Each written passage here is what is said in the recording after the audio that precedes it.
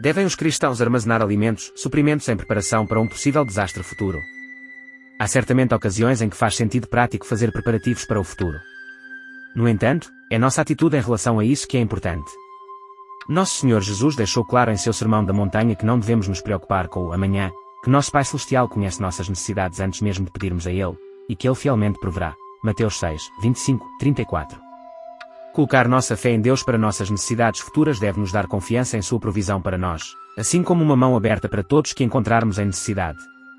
Veja o grande exemplo disso com a viúva que alimentou Elias, 1 Reis 17, 9, 16, e como Deus a recompensou por sua fidelidade. Ao mesmo tempo, há outros exemplos bíblicos em que Deus claramente aconselha sobre o planejamento futuro.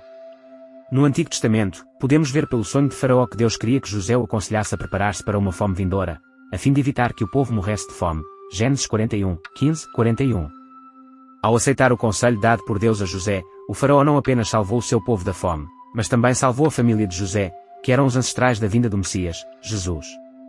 No Novo Testamento, quando Jesus estava enviando seus discípulos à sua frente, ele disse-lhes que não levassem provisões consigo. Lucas 9 horas e 3, 10, 1, 4. E depois de seu retorno, ele os lembrou de como nada lhes faltara. Lucas 22 horas e 35. No entanto, no versículo seguinte, Jesus inverte o seu conselho e diz-lhes que levem consigo uma bolsa, um alforje e uma espada. Lucas 22 horas e 36.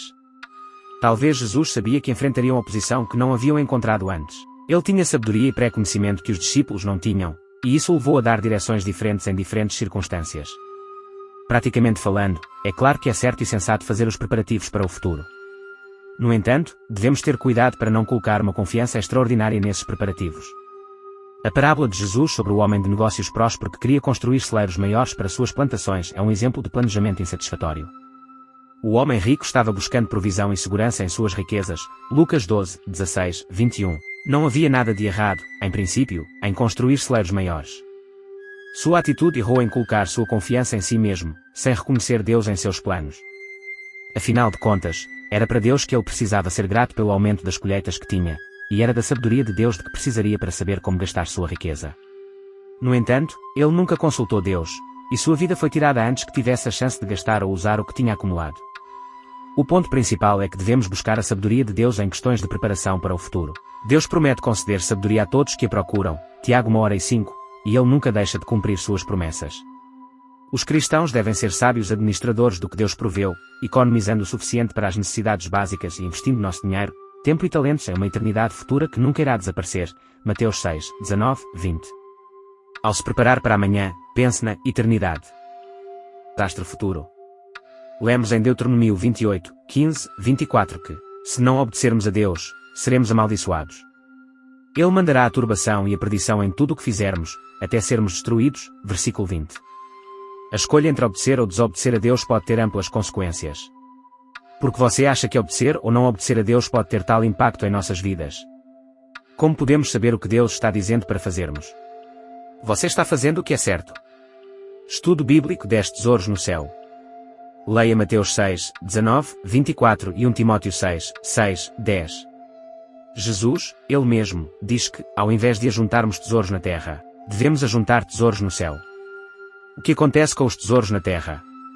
Mateus 6 horas e 20, 1 Timóteo 6 horas e 7. Qual é o perigo para os ricos?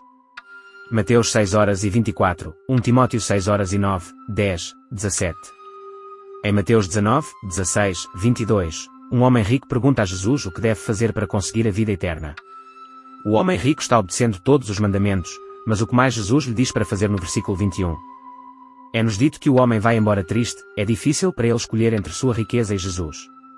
Outros, entretanto, percebem que nada pode ser comparado em valor com o reino do céu. Mateus 13, 44, 46. Paulo diz em Filipenses 4 horas e 12, sei estar abatido e sei até onde há fome.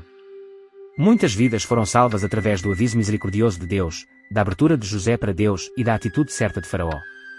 E, em Filipenses 3 horas e 8, tenho também por perda todas as coisas, pela excelência do conhecimento de Cristo Jesus, meu Senhor, pelo qual sofri a perda de todas estas coisas. Onde você está guardando seus tesouros?